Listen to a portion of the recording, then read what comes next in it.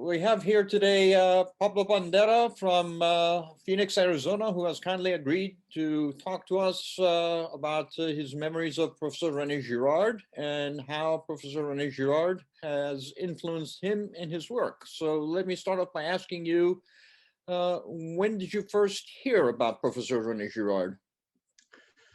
Well, I first heard of him very early on before I knew who he was, because he was a personal friend and a colleague of my father's. You know, I have some vague memories of René Girard coming over to our house for dinner and stuff with his wife Martha. You know, when I was a young boy, so I didn't know who he was at the time. Of course, I had no idea. You know, I just knew he was some friend of my father's. Yeah, those are the earliest memories I have of René Girard. not much use, but they go back that far. When did you encounter his theory and his thoughts? Yeah, well, of course, it was really through my father that I came to understand René Girard and mimetic theory. What year was it that you first met him, when you were a kid? I don't remember. I was quite young when I first met him.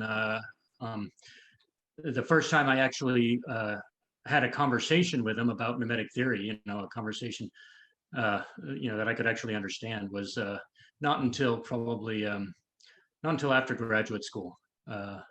Once I started working, probably in my mid-20s or so, late 20s.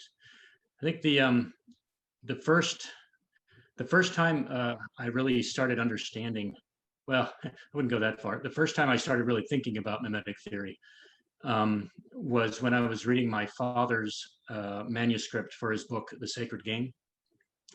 And this would be in graduate school sometime, you know. It would be in the early 90s, I guess, 92-ish, something like that. 92, 93, somewhere around there. That was the first time I had really kind of delved into the work that my father was doing. And yeah, just sort of out of curiosity, you know, after hearing my father talk about, you know, Girard and mimetic theory and all this stuff, I figured, you know, out of curiosity, I would try and find out more about what he was talking about. So I read his manuscript, The Sacred Game. You know, I didn't really understand everything he was talking about, but, you know, I fully expected it to be some, you know, rather dry bit of literary criticism and literary theory, you know, but I thought, well, you know, out of respect for my dad, I'll go ahead and read it just to see what he's talking about all the time. And I was kind of surprised to find that this, you know, what he was writing about was so much more. You know, I mean, he was talking about history and culture and religion and psychology and anthropology, and you know, that was surprising to me. And so that was kind of my first little awakening that you know, I don't really know what this mimetic theory stuff is, but apparently it's pretty important and pretty broad and far-reaching. So that kind of piqued my interest at first. But I would say that was kind of the start, the slow ball rolling, you know, in my mind. You were doing your graduate studies in what exactly? I got my undergraduate in theoretical physics, and then my graduate studies were in aerospace engineering. Wow. Which has nothing to do with mimetic theory. Right. Although that's not true anymore. Based on my latest book, I've managed to connect the two. But otherwise, not a whole lot of relevance at the time. Okay. So where did you do your graduate school? Georgia Tech University. Tech. And your undergrad? I was at the University of North Carolina, Chapel Hill. Okay. How did you start understanding mimetic theory? Did you read any of René Girard's work itself? Yes, I started to. There is actually a kind of a turning point for me, anyway, which is really when I really kind of got on the path to studying mimetic theory seriously and understanding it. And it's a bit of a corny story, I'm afraid, but I promise it's true. I told this story once to somebody, and I don't think I've shared it with too many, but there was, you know, back in when I was right after graduate school, so again, still in my early 20s or so. This is when I was working in Buffalo, New York, just out of graduate school. I was involved with a girl at the time, and there's a whole lot of drama, as there tends to be in, you know, young relationships. You know, like most young 20-something-year-olds, I was, you know, torturing myself with all the, you know, the pains of the heart, and, you know, bemoaning my problems to the stars, and writing bad poetry, and doing all the things that, you know, 20-some-year-olds do when they're in the throes of some romantic crisis. And I happened to be reading Don Quixote at the time, and I was reading. I came across the chapter in Don Quixote where Don Quixote explains to Sancho that he needs to go into the woods and go crazy for a few days and just go nuts as a kind of penance for his love for Dulcinea, you know, because this is what all great knights do, and especially his, you know, his model Amadis de Gaul. And so this is what he was going to do. You know, he's telling Sancho, hey, you know, just here, hold my stuff. I'm going to go into the woods and go crazy. I'll meet you back here in a few days. You know? Which, you know, the irony, of course, is that he is crazy, right? I mean, you can't get any more crazy than a crazy person saying he's going to go and act crazy for a few days, as if you weren't already crazy. So I was reading this, and it dawned on me that this is me. This is what I'm doing. I'm reading about myself here. This is absurd. What am I thinking? And it just sort of, you know, it just sort of came on me all of a sudden. And I called my father up and said, you know, Dad, you need to, I think you need to explain this mimetic theory stuff to me in a little more depth, because I think I might be starting to get it. You know, I think I might be catching it. You know, kind of like COVID. You know, I think I might be testing positive for mimetic desire. I'm not sure. That was really the start. That was the turning point for me. For that, you know, that just kind of made me go from just this sort of, you know, a casual, yeah, I've read a couple of my dad's things and I kind of know what it is, to no, I actually really want to understand this, you know. Right. And that has stayed with me long, because that is for me probably the greatest power of mimetic theory. You know, the kind of the intellectual power of mimetic theory is its intuitive, the fact that you can really, you know, it's not an intellectual philosophy or idea. It's understood on an intuitive level. And what hit me first, a kind of intuitive understanding that then led to a greater and greater intellectual understanding. And so from that point on, you know, I was reading to get my some, and that's when it started. Which book of René did you read? Well, I think I started with Things Hidden, if I remember correctly. And wrote, can't remember which one of those came first. I think I started with Things Hidden, and then probably The Scapegoat. I See Satan Fall Lightning was a big one. Bailey's book Violence and was also an eye opener for me. So that was really helpful. And then reading some of my dad's stuff as well, and mostly conversations with my father. You know, I was just very lucky to have kind of my own personal tutor in mimetic theory. Sure. You know, he kept my thinking along the right lines. You know. Did you ever have a conversation with René Girard directly himself? Oh yeah, sure. And especially, you know, after I'd gotten involved in this and started going to the cover conferences and stuff. Yeah, I had several conversations with René Girard. Probably, well, I was invited. You know, Bob Hamilton Kelly organized a number of years ago this sort of a think tank at Stanford. You know, kind of the young Girardians, you know, kind of the younger intellectuals involved in mimetic theory. And he invited me to join that group. That's where I met a number of people that are, you know, very actively involved in cover now, in mimetic theory now. And René Girard participated in that. So that was a good opportunity for all of us to talk with René Girard, and, you know, for over the course of several days. But probably my fondest memory would be when my father and I went to visit him at Stanford, at his house in Stanford, and just stayed with him for a couple of days. That was really nice, because that was really just me and my father and René Girard and Martha Girard, just sitting at his house, you know, with a bottle of wine and books, and just talking about stuff, and that was really nice. Wonderful. Yeah. So tell me about your book. How in the world did the mimetic theory apply to physics? Yeah, it's kind of surprising. That came about almost by accident. that I was reading about some article about quantum theory. One of the many articles written about quantum theory and kind of its relationship to philosophy and theology. And I came across kind of a description of what's called the measurement problem in quantum theory. It's kind of one of the central sort of metaphysical problems and philosophical problems in quantum theory. And just the description of that alone, the way it was worded, struck me as sounding very much like a description of mimetic desire, of the problem of mimetic desire that Girard kind of tackled, namely this kind of understanding desire is a kind of one-on-one relationship, this sort of linear relationship between an object of desire and the person desiring it, and the way Girard basically restructured that into a triangular relationship. The description that I was reading of the measurement problem in physics just sounded to me very much like that same description, that same misunderstanding of desire.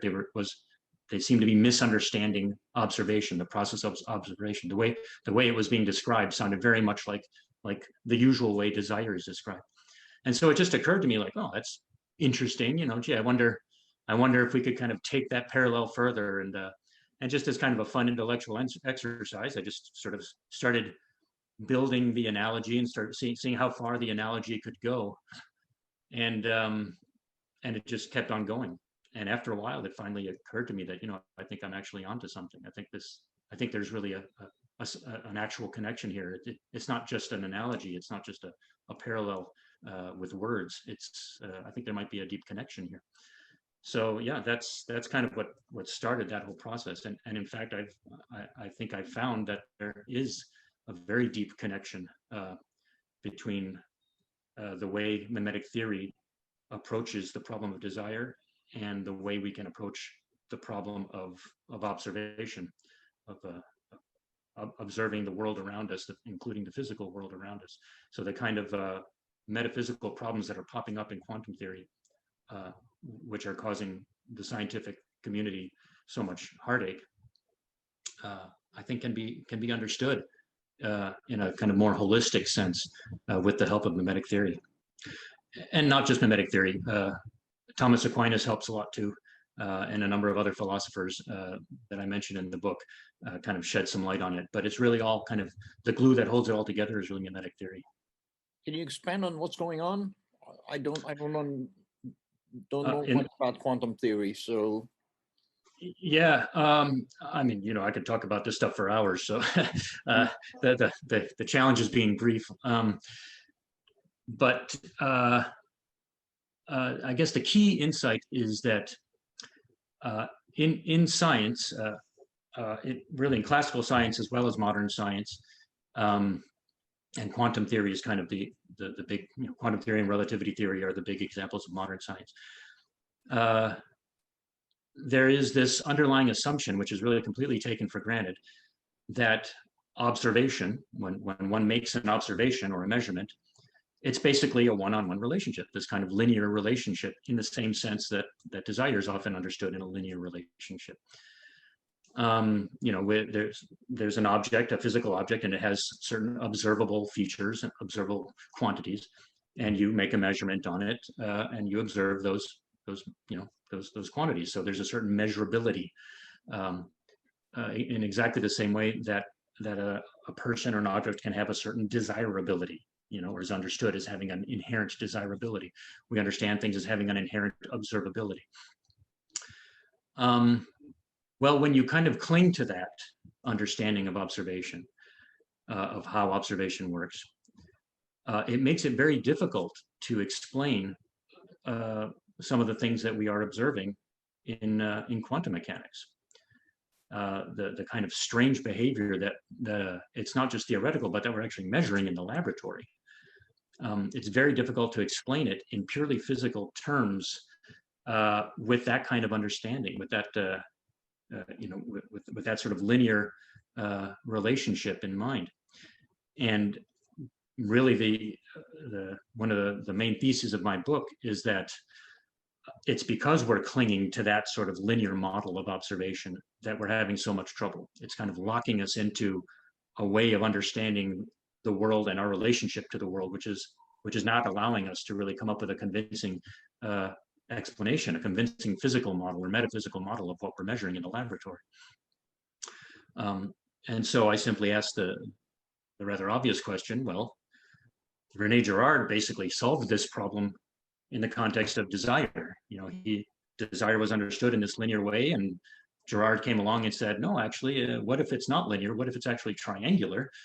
That opens up a whole new dimension, and suddenly it's has this huge explanatory power. So I just thought to myself, okay, well, what if we do the same thing with observation? What if observation is in fact not simply linear like this, but is a triangular relationship?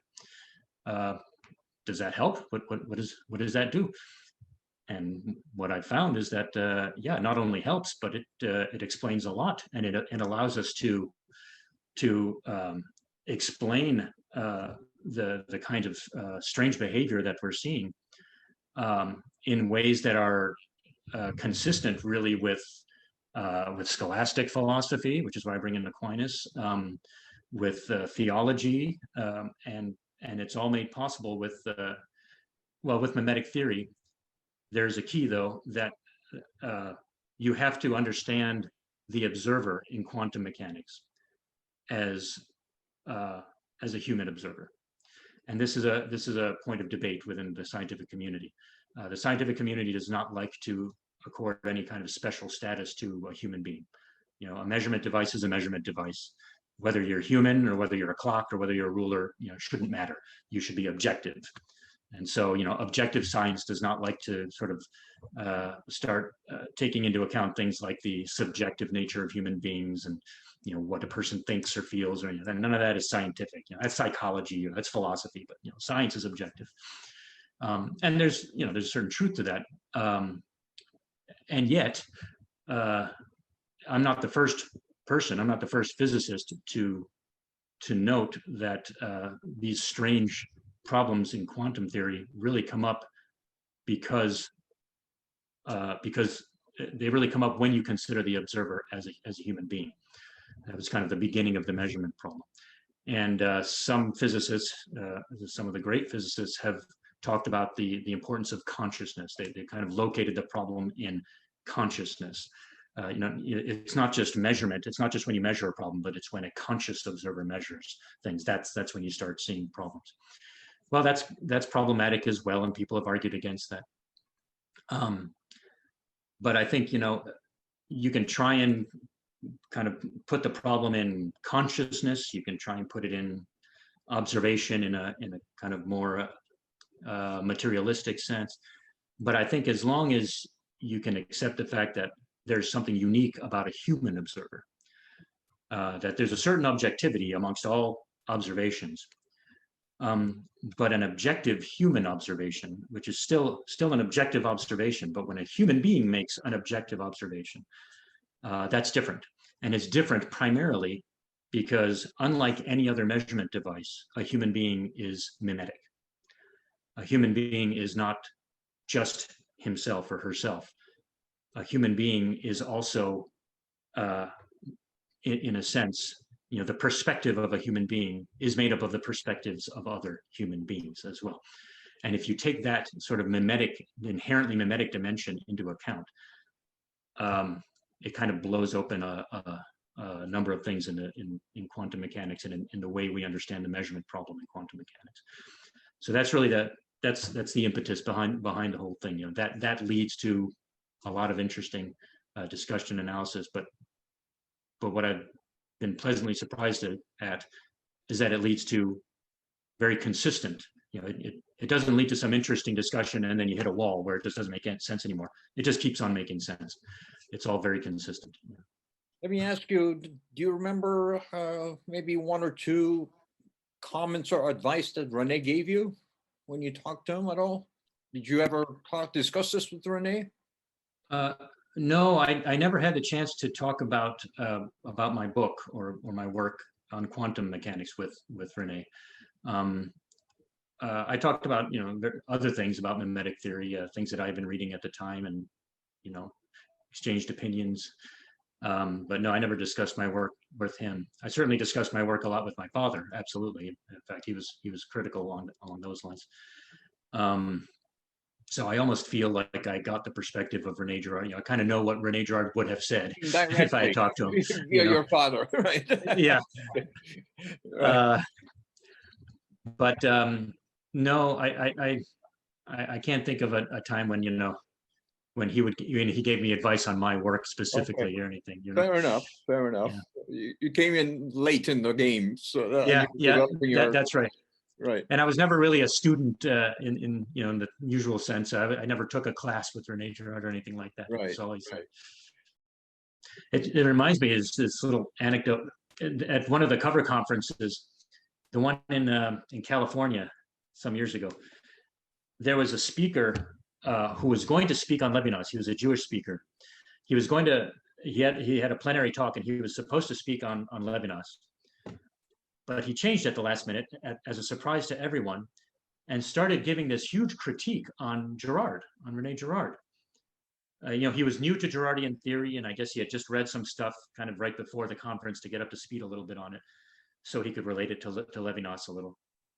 And I guess he was kind of taken aback by the whole thing. And instead of talking about Levinas, he basically just went on his diatribe for about 45 minutes, criticizing mimetic theory and Girardian theory.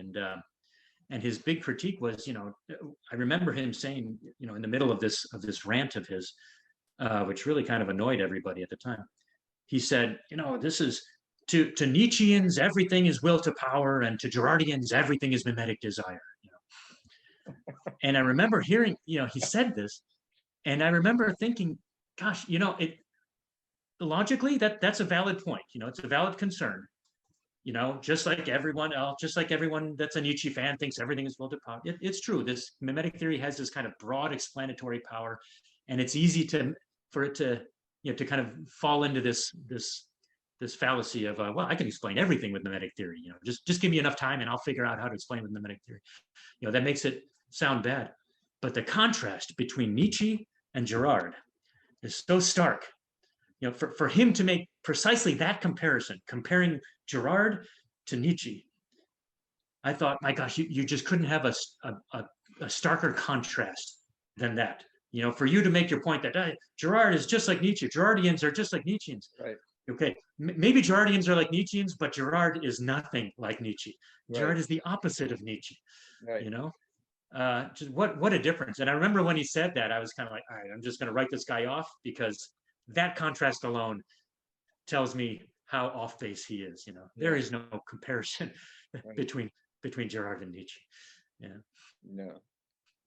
I don't know. Yeah, that's the kind of that's part of the power of mimetic theory. That kind of intuitive power I was talking about before. You know, he's just such a good person, and everything just comes from a place of honesty, of intellectual honesty. You know, that you don't find in too many other places. Your father, when I was interviewing him, he mentioned that your work has some implications that can be applied to the resurrection of Christ. Yeah, that is I kind of end my book with a specifically theological implication or application of what I call triangular observation, obviously analogous to triangular desire. I don't know if you want me to delve into it now, though. I'd have to. The book kind of leads up to that, up to that final chapter. Is it difficult to talk about it, or? No, not difficult. I mean, how much time? Go ahead. To get to that point. I'll see if I can maybe get there quickly. The problem I'm dealing with in quantum mechanics and bringing mimetic theory is, like I said, this problem of observation, and the problem of observing, in a sense, more than one thing at the same time. This is the measurement problem, the heart of the measurement problem in quantum theory. Quantum theory says really that when you're not looking at something, when you're not observing it, it exists in a kind of ontological limbo. it exists in what's called a superposition state, which is defined by what's called a wave function. So, we're used to thinking of some object in space, some object in nature, existing in a certain spot. This thing, this particle, this ball, whatever it is, exists here. Not there, but here. You can point to it. But when you get down to the quantum level, that is the subatomic level, and down to the level of very small things that are very difficult to measure, it turns out that nature doesn't actually act that way. Nature has this inherent uncertainty, which has been quantified by Werner Heisenberg. So now it's called the Heisenberg uncertainty principle, which is at the heart of quantum theory. And it says that at the heart of nature is this inherent uncertainty, this kind of unknowability in nature, a point that you simply can't get beyond. You can know where something is up to a point, but beyond that, you don't know where it is. And in fact, there's a trade-off between position and momentum, another trade-off between energy and time. There are a few different relationships where the more you know about one, the less you know about the other, but you can't know about everything. This leads to a physical model of the universe in which everything exists in this kind of ontological limbo. Like I said, everything exists in sort of multiple states at the same time, multiple physical states at the same time. And it's only when you observe something, when you actually look and take a measurement, that that nature suddenly collapses, and it's called the collapse of the wave function, where it exists in many different possible states or probable states. And as soon as you make a measurement, nature collapses down to a single state, which must be true because we don't observe anything in multiple states. We can't. It's impossible. You can't see something there and there at the same time. You can only see something there. So when you measure it and you measure it there, that means that nature physically collapsed onto there, which sounds absurd and ridiculous. And in fact, this was brought up by Schrödinger in the first place as a kind of thought experiment, precisely to demonstrate how ridiculous this notion of probabilistic quantum mechanics is. This understanding of the universe in this way. Schrödinger was the first one to say, "Oh, this is just stupid. I mean, if that's the way the world works, then look how crazy this is. The world must suddenly collapse. I mean, how stupid is that?" Well, that is how, in fact, we understand the world nowadays. That is a fundamental part of quantum mechanics, is the collapse of the wave function. And we don't have a very good physical explanation for this, or metaphysical explanation for this. And the scientific community has tried and has come up with a number of very clever theories and ways to try and explain it, but they're not very convincing. They're mathematically consistent, which is really the only reason why scientists take it seriously at all.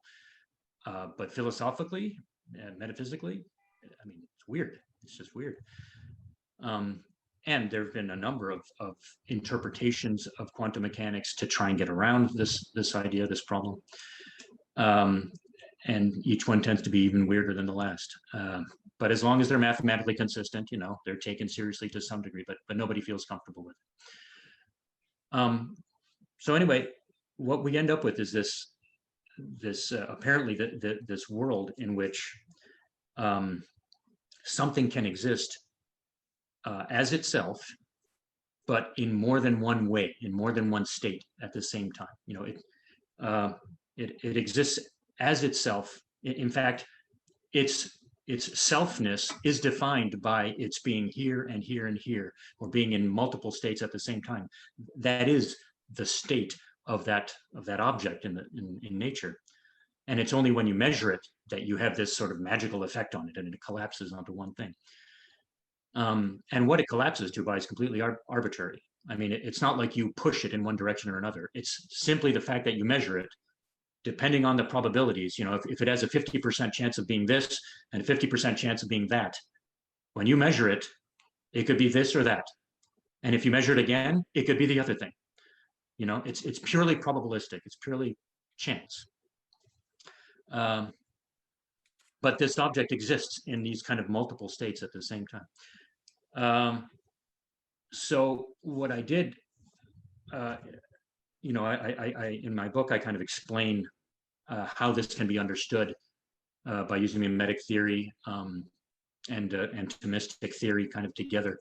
But in the end, I try to apply this idea to the post-resurrection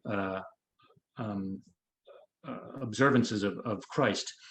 There's a few examples in the scriptures that talk about Christ after he was crucified, being observed by his disciples and his disciples not recognizing him. Right? So the first one was in the tomb. Mary sees him in the tomb and doesn't recognize him. Later, it's on the road to Emmaus, where the disciples see him, but they don't recognize him. And in fact, they walk along and spend time talking with him, and they still don't recognize him. And there's another example too, where he's on the Sea of Tiberias, I guess, and they don't recognize him there either. So there's these few examples in Scripture that talk about this weird phenomenon, and it's not explained at all in any way. It's just kind of mentioned almost in passing. The disciples didn't recognize him. I mean, why on earth not? Why wouldn't they recognize him? And I've heard some weird explanations for this. I heard one homily where the priest was saying, well, they were walking towards the west and the sun was setting, so the sun was in their eyes, so they didn't recognize Jesus at first. I'm not sure that's what the gospel was trying to get at. So I kind of analyzed that situation in terms of the relationship that Jesus has with the physical world around him. Jesus has with nature, and kind of a big at the heart. One of the central conclusions of my book is that our relationship to each other, mimetically, our mimetic relationship to each other, and our mimetic relationship to God, affects our physical relationship with nature, with the world around us. That those two things, I mean, quantum theory already basically says that our relationship to nature is a function of ourselves, of our observation, of our measurement, that we have an influence on nature in a sense, just by virtue of being a measurement device. So when we measure nature, we interact with nature, but not just in the usual way. We change it. We make nature become this or that. Until we get involved, nature is both this and that. And it takes, I think, a human being, it takes an observer, and I would say a human observer, to make this and that turn into either this or that, to make nature become one thing or another. So quantum theory already suggests that we basically participate in a kind of process of creation. Scientists would say a process of measurement or observation. But really, in a metaphysical sense, it's a process of creation.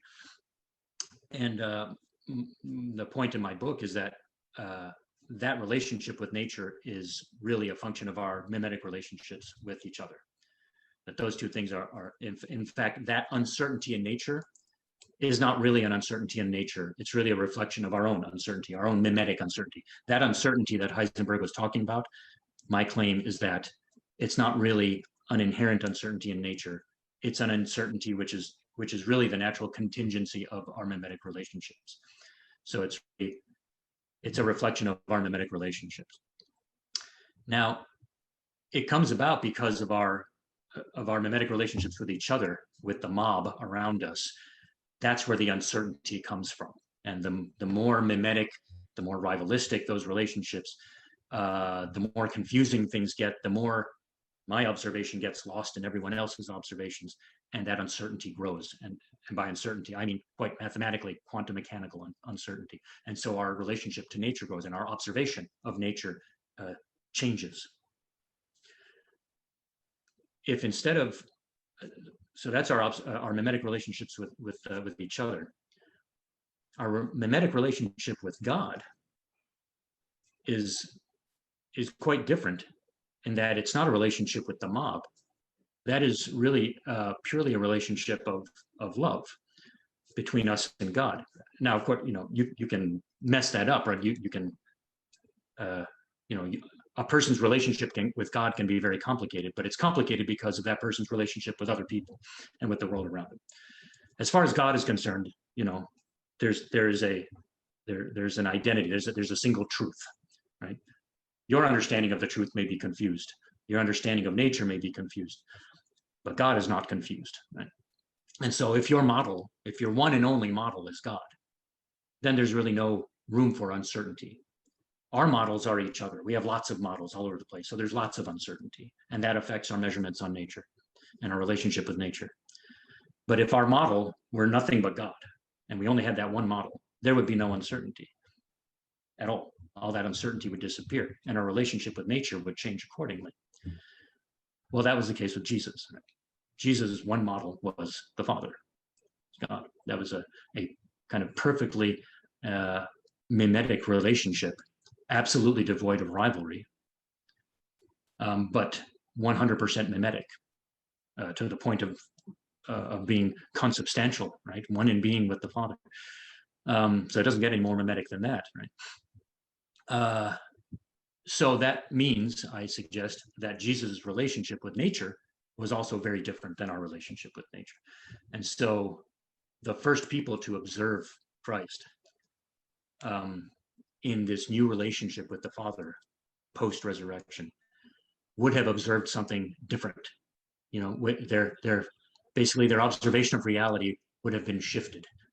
You know, they're still observing Jesus, but it's now a Jesus that they don't quite recognize. And eventually, of course, they do recognize as Jesus kind of talks to them and opens their eyes. You know, they kind of get it, but they need help in recognizing something like that, right? And this is true of all of us to some degree. We all have a relationship with God as well as with each other, so we're not completely devoid of the truth. Right? So it doesn't seem like a big stretch to me to say that, well, he's difficult to recognize, but not completely difficult to recognize. No, I think that's perfectly natural. You know, we all can recognize God to some degree, you know, but only Jesus recognizes God fully. And so if we recognize Jesus fully, that takes some effort. That's not something we're used to seeing, right? That's something that Jesus kind of has to point out to us and guide us along, which I think is exactly what happened. So that's kind of my final application of this mimetic observation, you know, which relates our mimetic relationships to our relationship with nature. That's amazing. How long have you been working on it? Oh, years and years. I think I presented the first idea of this at the cover conference in London, which is, I don't know, 15 years ago or something. It was a while ago. It's gone through a number of transformations. In fact, I thought I had the book pretty much done, and then I ended up rewriting most of it because I kind of realized that I was going down the wrong path a little bit. And that was really my own fault. I had a number of people review kind of the first versions of my book, and the responses I was getting back were surprising to me, that they simply weren't seeing the implications of my work, which annoyed me at first, you know. But then I came to realize it's fault. I was very deliberately trying to be scientific and trying to sort of filter out the theological implications and the philosophy, because I knew that was going to be distasteful to the scientific community. And so I was trying to make it really a scientific theory. And then, you know, when people kind of read it and, you know, kind of said, I don't really see where you're going with this. I don't see why this is such a big deal. I wanted to say, how can you not see the implications of this? You know? And then I realized it's the theological implications and the mimetic implications. Yeah, okay, I can see why you wouldn't get that, because I've been deliberately avoiding that. Okay, maybe. So I kind of changed tacks and I became a little bit more explicit in what I was really trying to say, which made it a better book, I think. You know, I was toying with the idea of adding another chapter on prayer. Because I think there are some significant implications on the nature of prayer, and quantum mechanics, quantum physics. Yes, this relationship, the same way that you know, if there's a connection between how we relate to each other and how we relate to God, and the physical world around us. If you think of prayer as something that, you know, prayer is by definition a communication with God, and it's supposed to affect the world around us. There's a direct connection there. And I was going to write a chapter on that, but I thought maybe that was going a little bit too far. I didn't want to, you know, a study of prayer really is a very deeply theological thing. I felt kind of unqualified to do that, and I didn't want to. I didn't want to bite off too much, more than I could chew, and kind of end the book on something that, maybe I should just, relax and let better theologians than me kind of tackle that one. But the implications are there. What is the book called? It's called Reflection in the Waves. It refers to the wave function of quantum mechanics. It's a bit of a pun. The reflection in the waves is meant to indicate that when we observe the wave function, we're really seeing a reflection of our own mimetic relationships and our own humanity. Yeah. What's your favorite book of René's? I guess it would probably be The Scapegoat, I think. Really? Yeah, I just love the way it's laid out. Maybe it's because that was also one of the first books I read, and it was just so clear and so well laid out. I really appreciated that. It just made a lot of sense. The kind of the application of mimetic theory and mimetic desire to that. So yeah, I remember enjoying that. Things Hidden was definitely a book to kind of delve into, and made you think a lot. His last book with Battling to the End. Yeah. I mean, that was a weird book. Honestly, that I couldn't finish that book. I got about 2/3 of the way through it. That's the only book of Girard's that I actually put it down.